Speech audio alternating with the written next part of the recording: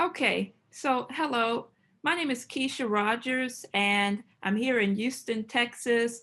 I'm here with my colleague Brian Lance. We wanted to bring you a very important and quick update here.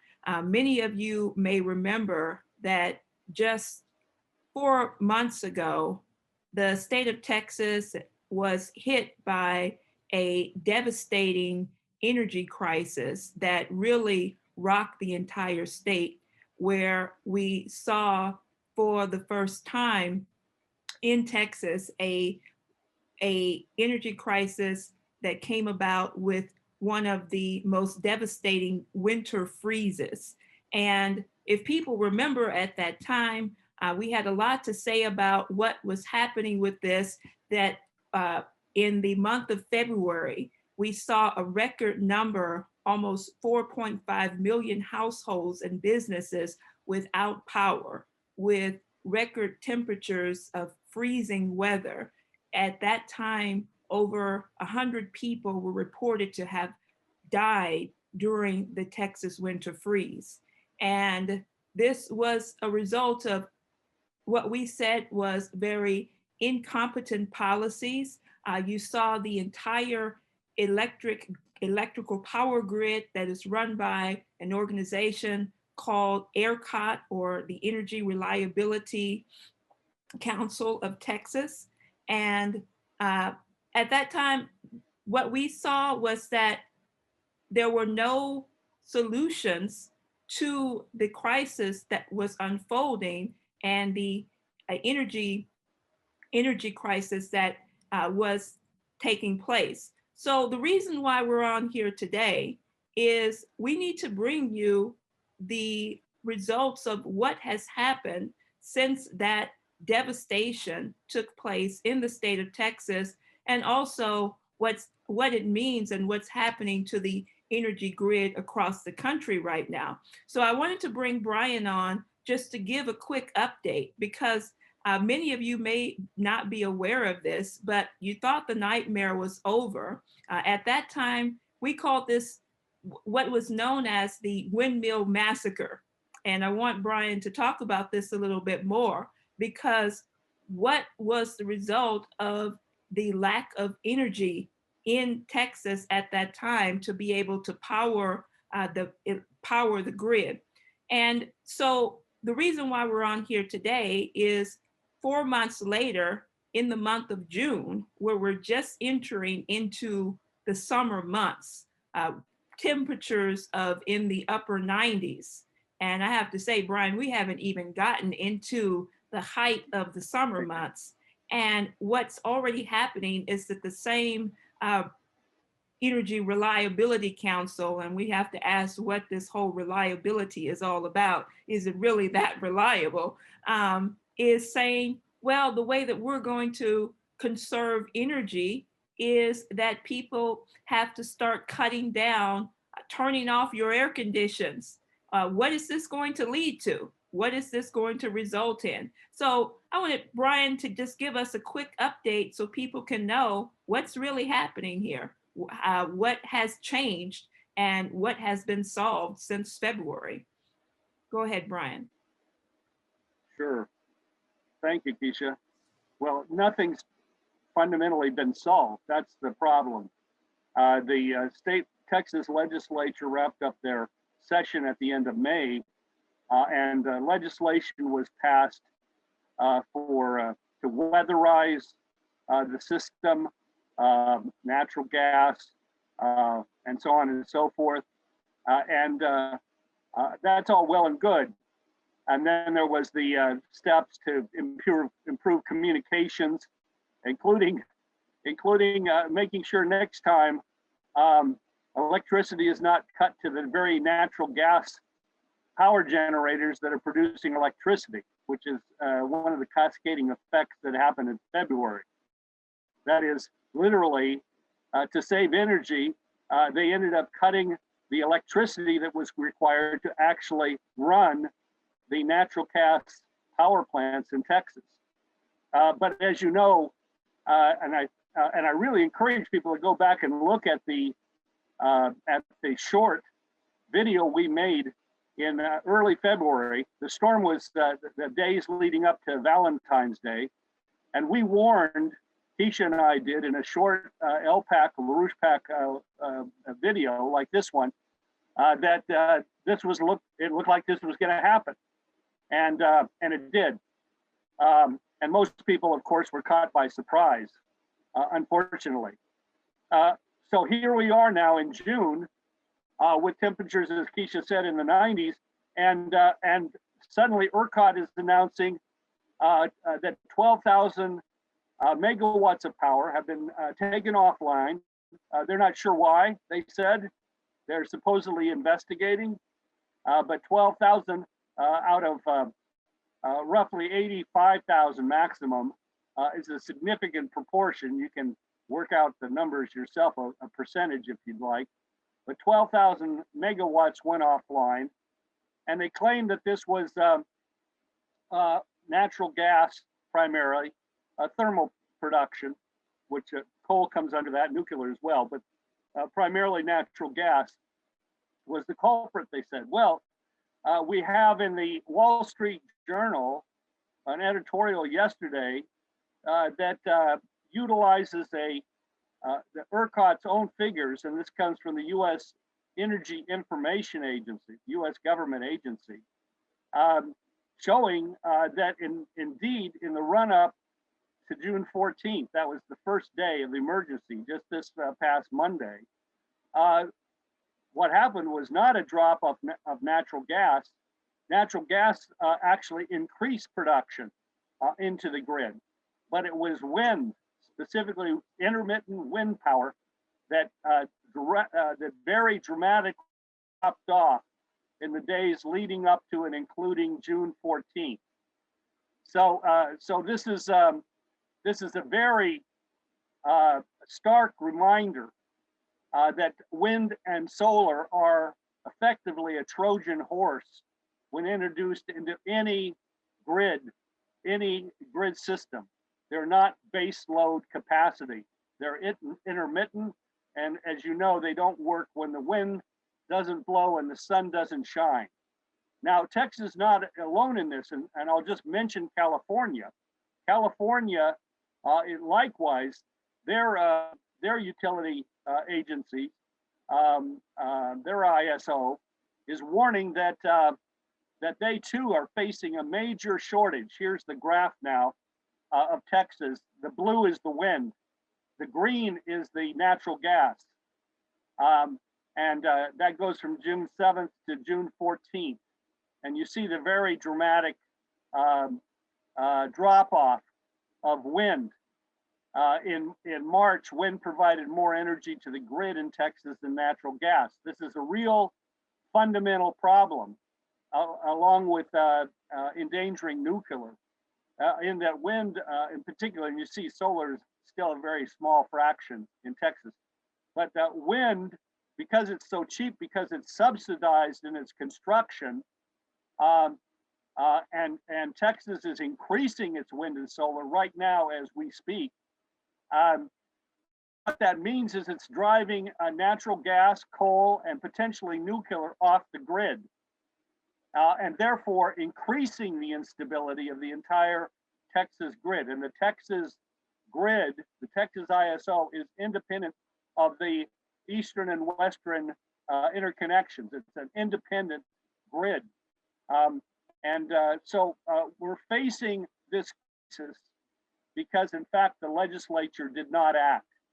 They did not act to address what's required, which is we need committed, dependable capacity, energy production capacity. Nuclear is fundamental to that.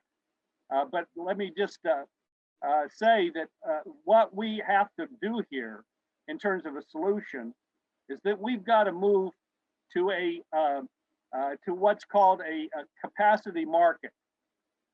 I'll use the example of PJM, that stands for Pennsylvania, Jersey, and Maryland. But it's the section of the Eastern Interconnection that covers the whole region from Virginia all the way through Illinois. And PJM operates over 20%, approximately 20% of their energy is provided through a capacity market. Every year they hold an auction, and generators, companies, bid to provide energy for the following year, in fact, for the following 3 years. And as part of their offers, they're committing to provide energy at any moment, starting, like yesterday, that's required to meet the grid of PJM, anywhere along that line. And so this is a capacity market. In return, these generators get paid. They get paid to maintain their capacity, to make sure it's upgraded as necessary. In fact, investments are made, and therefore there's a dependable, reserve standing ready at any moment to provide energy to the grid. Texas has no such capacity. We have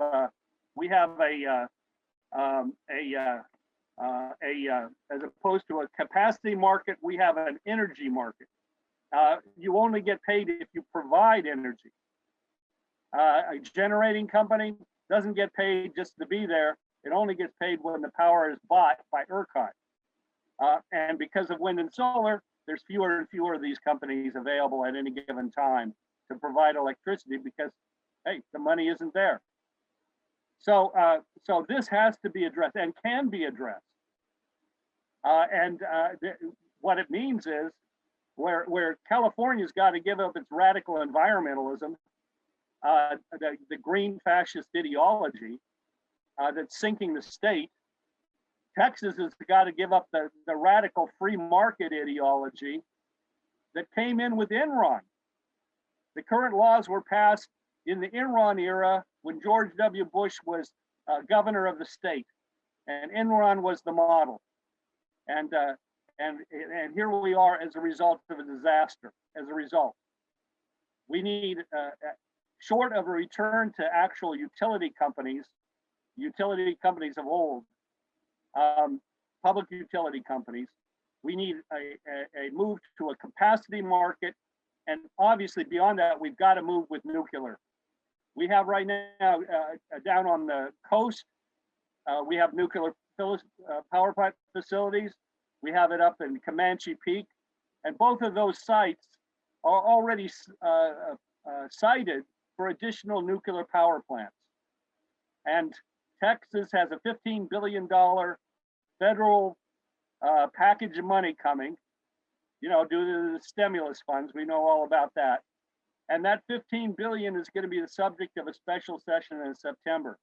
And obviously a portion of that could be utilized to leverage the construction of new nuclear power plant capability to provide the baseline that our state requires, Texas requires, and as an example for the rest of the nation. Texas could be leading in terms of nuclear technology. We've got research facilities at Texas A&M and others, including very small universities around the state, who are doing cutting edge work on the front of nuclear science. So Texas could become a major nuclear technology center, including the export of modular nuclear reactors. So that's the future, and we could be an example for the nation. Okay, excellent. Well, I think that gives us a very important and clear directive as to understanding what's going on, how we got to this point, why the question of weatherization of the windmills is not the solution. We need weatherize for the summer, apparently. Yeah, we weatherize for the summer, exactly. But I mean, this is really important because it's not just to give people a sense of, hey, this is what's going on, but what people need to be fighting for. And I appreciate that you laid out solutions. We're not going to solve this crisis without breaking down the factors of what has gotten us to this point in the first place, the deregulation policy, the Malthusian green policy, and people who are trying to make a dollar off the lives of other people. This has to be stopped. That's what's going on right now. So I had something on the cartels. Yes, go I ahead. mean, the energy, just briefly, British Petroleum now in Texas wants to become a retail provider selling directly to the public because that's where the money is on the retail end. They don't want to build additional baseline capacity. Well, British Petroleum made $1 billion plus. This is according to Citigroup and so forth, the analyses. Made over $1 billion in the February storm here in Texas that actually killed at least 194 people in the state of Texas. And tremendous damage to industry, manufacturing, homes, families, and so forth. $1 billion, not bad for a couple of days speculation in the markets. British Petroleum right now is building windmills in West Texas. So, you know, along with EGW out of Essen, Germany, one of the largest global producers of windmills and solar, along with Next Era, the big US part of the same cartelization of energy around solar and wind. I just wanted to say that, you know, it's not some hippies out there building windmills, you know, and it's not small entrepreneurs. This is, you know, these are the same speculators, energy traders in two different senses that brought on the February storm and are putting the whole U.S. grid increasingly at risk. So I just wanted to add that, Kesha, for everyone. The windmills to Don Quixote or something. Yeah, that's good. That's good. Yeah, we should. Okay, very good. So what I thank you for that update. We're going to be bringing people more. Look for other material on the LaRouche PAC website. I want to encourage, if people are watching this, and you know, once you watch this, if you're in Texas, call your Texas state legislatures. But I mean, this is a national mission. You know, this is what we need to be discussing in terms of increasing the power to the grid in nuclear energy production, as Brian has stressed, what the solutions are. But if you're in Texas, call the Texas state legislature saying, look, we're not going to take this criminal negligence. We want answers, we want solutions now, and these are the solutions that we want you to put on the agenda. ERCOT needs to answer, and it's not just ERCOT, but it has to be a reversal of the corrupt policies that have been put in place for far too long here. We need to really be addressing this with a sense of urgency. So come back to us on LaRouchePAC.com. We'll be bringing you more updates on this matter. Thanks. Thanks a lot, Brian. Thank you, Kesha.